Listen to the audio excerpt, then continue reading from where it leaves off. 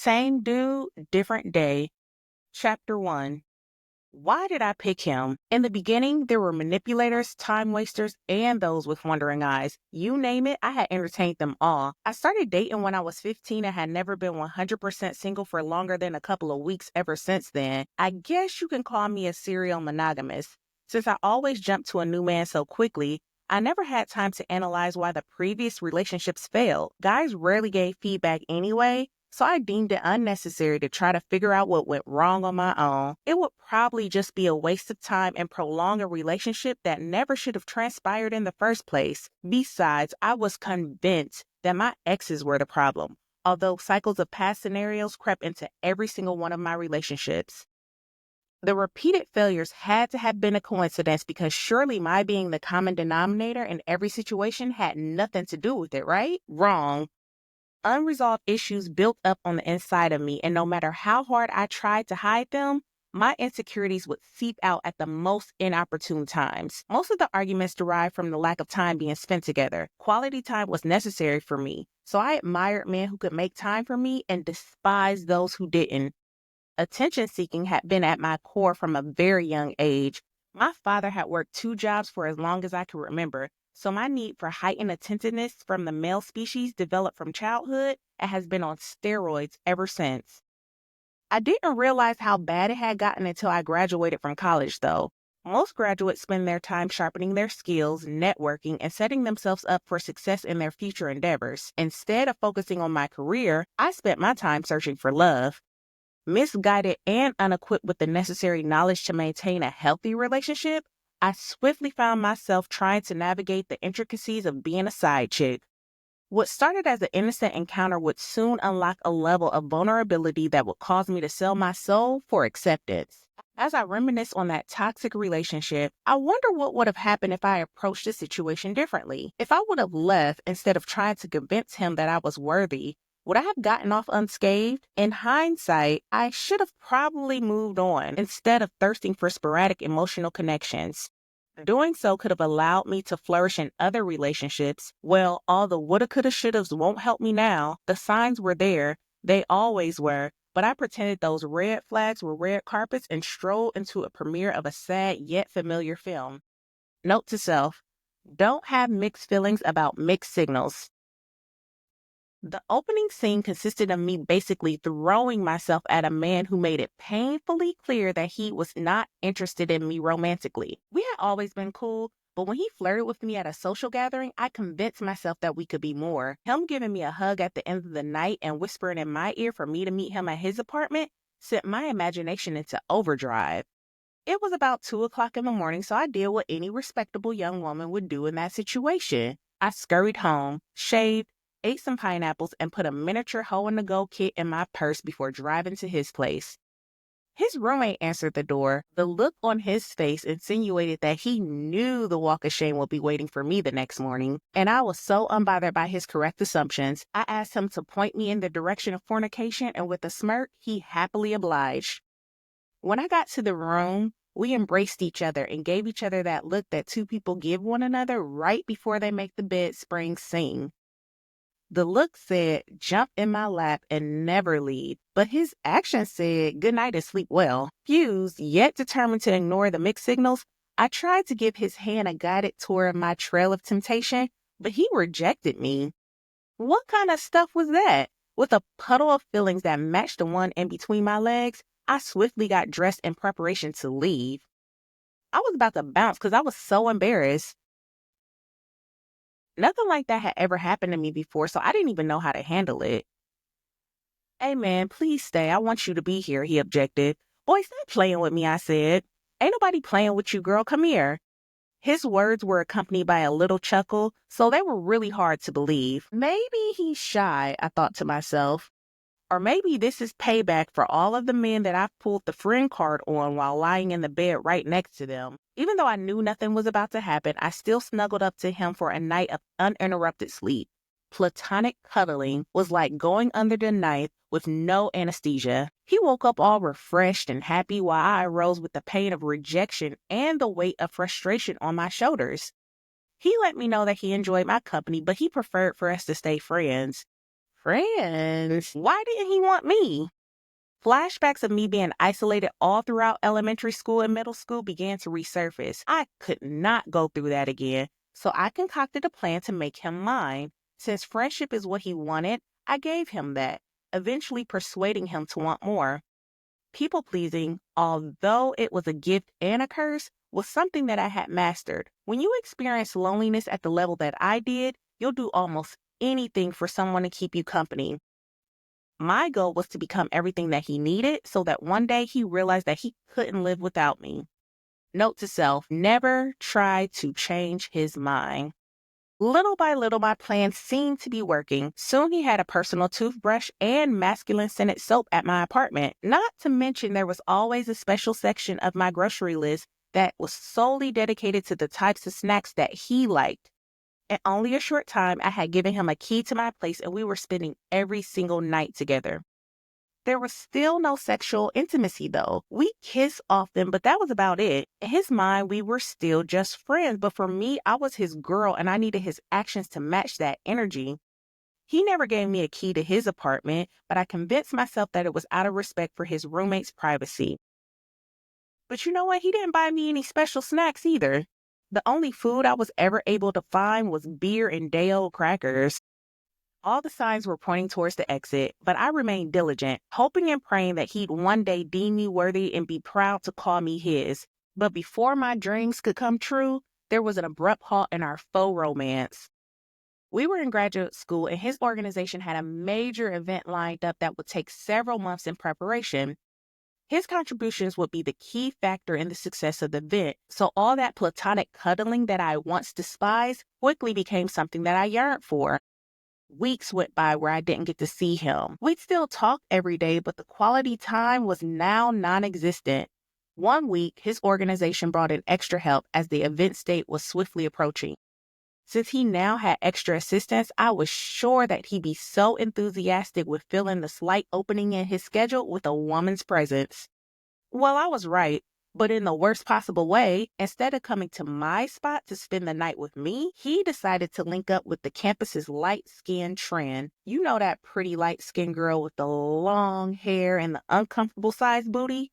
Yep, that was her. She had bounced her way through plenty of men in his crew, and that night, my man was on the menu. The thing that hurt me the most was that he called me while she was in the bathroom getting ready for him. Her seductive voice was the last thing I heard before he rushed me off the phone. My feelings were shattered into 1,000 pieces. Technically, I didn't have the right to be mad because he told me in the very beginning that he just wanted to be friends. But instead of taking his words at face value, I took it as code for try harder. It appeared my efforts were in vain because I could never look like her. My milk chocolate complexion and shoulder-length hair would never be attractive to him. Although my butt could fit nicely into both of his hands, it didn't seem to be good enough. It was time for all the pretending to stop. I had thoroughly convinced myself that we were an item, but the truth choked all the make-believe out of me. I didn't seek closure because I felt it to be unnecessary. From experience, when I confronted men about how they had wronged me, they find some way to turn it back on me. So I taught myself to live in silence. He had made his choice, and it was time for me to move on. His lack of remorse was apparent the next day when he called and tried to have a regular conversation. Everything in me wanted to give him a piece of my mind, but he already had a piece of my heart. Giving him dominion over both would have been irresponsible. He continued to call and even came over unannounced, but his key was not working because I changed the locks on him.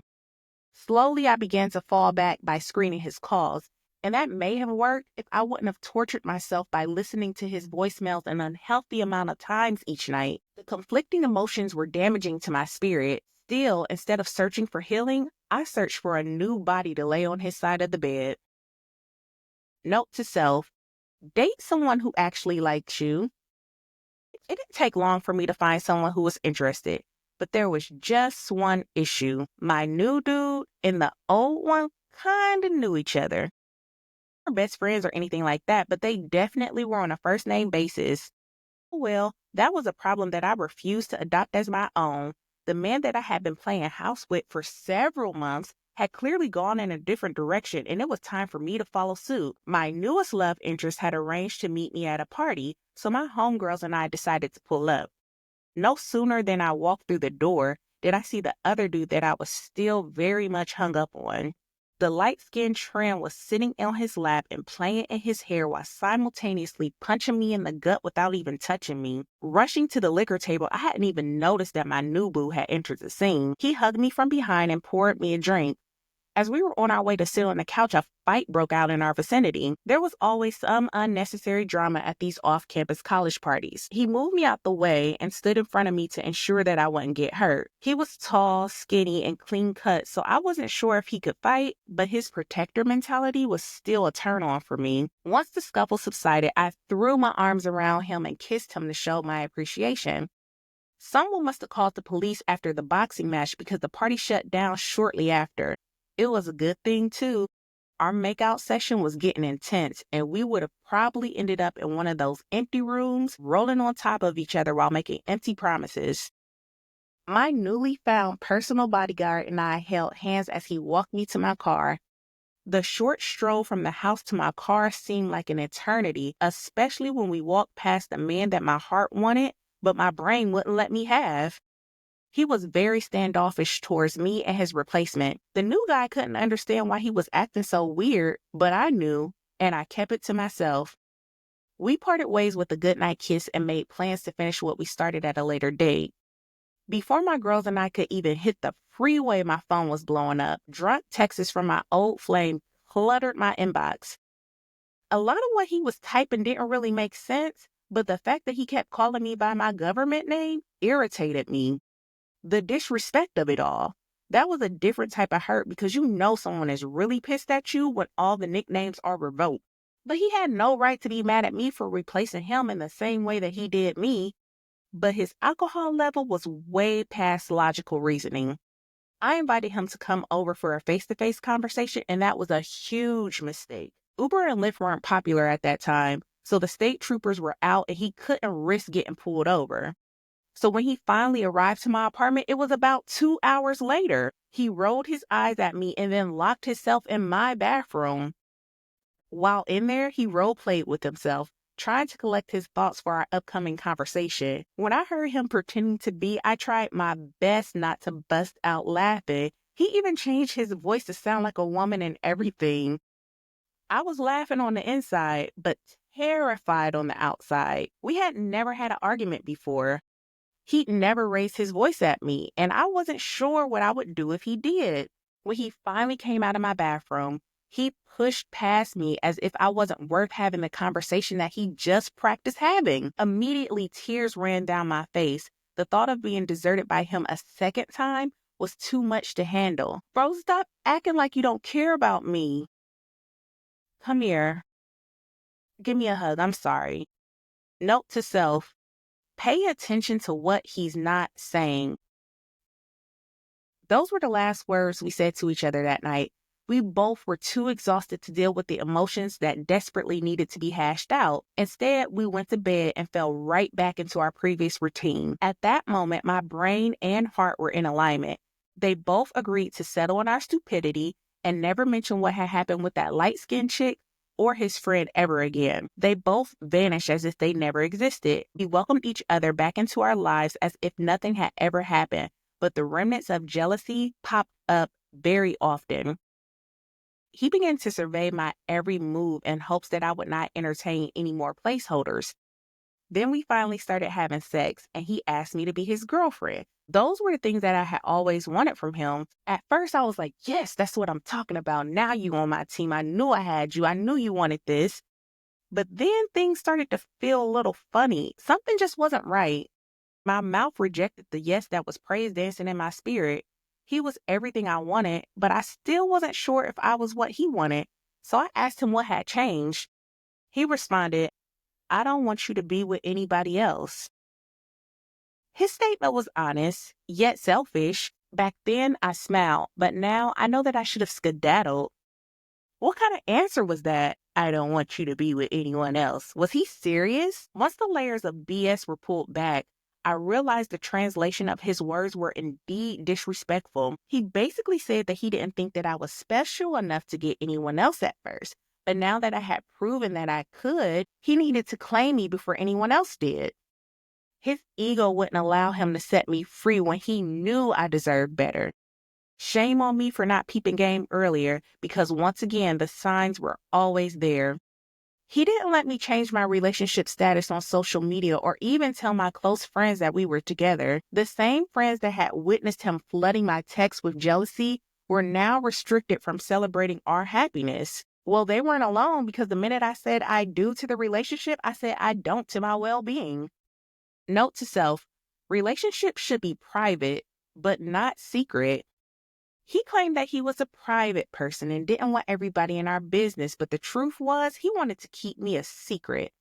Keeping certain parts of your life private is healthy and necessary, but secrecy is toxic. Anyone that wants to keep his girl secret does not have her best interest at heart. He said he didn't want me to be with anyone else, but never did he once say that he didn't want to be with anyone else but me. Even if he managed to let that lie roll off his tongue, I wouldn't have believed him. The fact that he was smashing other women was evident in my thrown-off pH balance. I had never had any issues during my yearly wellness checks until I started dealing with this fool. It was clear that he was messing with somebody else, and whoever he had chosen was dirty. Luckily, the antibiotics got rid of the issue, but I wish there was some type of medicine that I could have taken to get rid of him too. Eventually, I caught a break when he moved out of state to attend a different graduate school. Long-distance relationships suck, so I suggested that we break up, claiming that I didn't want to be a distraction to his studies. The truth was he was a distraction to my life, but I didn't know how to give up on something that I had basically begged for. He declined my offer to break up, repeating that he didn't want me to be with anyone else. So grad school babe packed his bags and all of my former happiness, threw them in the back of his truck, and headed south to attend his new school. Our love disappeared in a huge cloud of smoke his car let out as he drove away. He was supposed to visit every month, but he couldn't cash in on any of his sorry excuses for airfare credits. Phone calls became brief and visitations were non-existent. When I expressed my disappointment with our level of communication, he cursed me out for nagging him and then blamed all of his shortcomings on me. Begging to have my needs met became tedious, so I just started spending time with another man. What one won't do, another will do gladly. It started with innocent phone calls, but after we started having movie nights and going to concerts together, I knew that my emotional cheating had gone a little bit too far. Now I had a bunch of feelings that I couldn't act on because I was still in a relationship. My boyfriend finally visited during Christmas break, and he gave me the best gift ever, which was a breakup. A part of me was a little sad, but the thought of being able to take things to the next level with the other dude immediately lifted my spirits. Unfortunately, my ego was demolished when I found out that I was my side dude's side chick. The woman he really wanted had become available, so he pushed me aside like yesterday's leftovers. It was clear that he didn't want me either, but I tried my hardest to convince him otherwise. For some reason, chasing after men had become my forte. Sadly, I was willing to settle for being treated as less than, just for the sake of not being alone.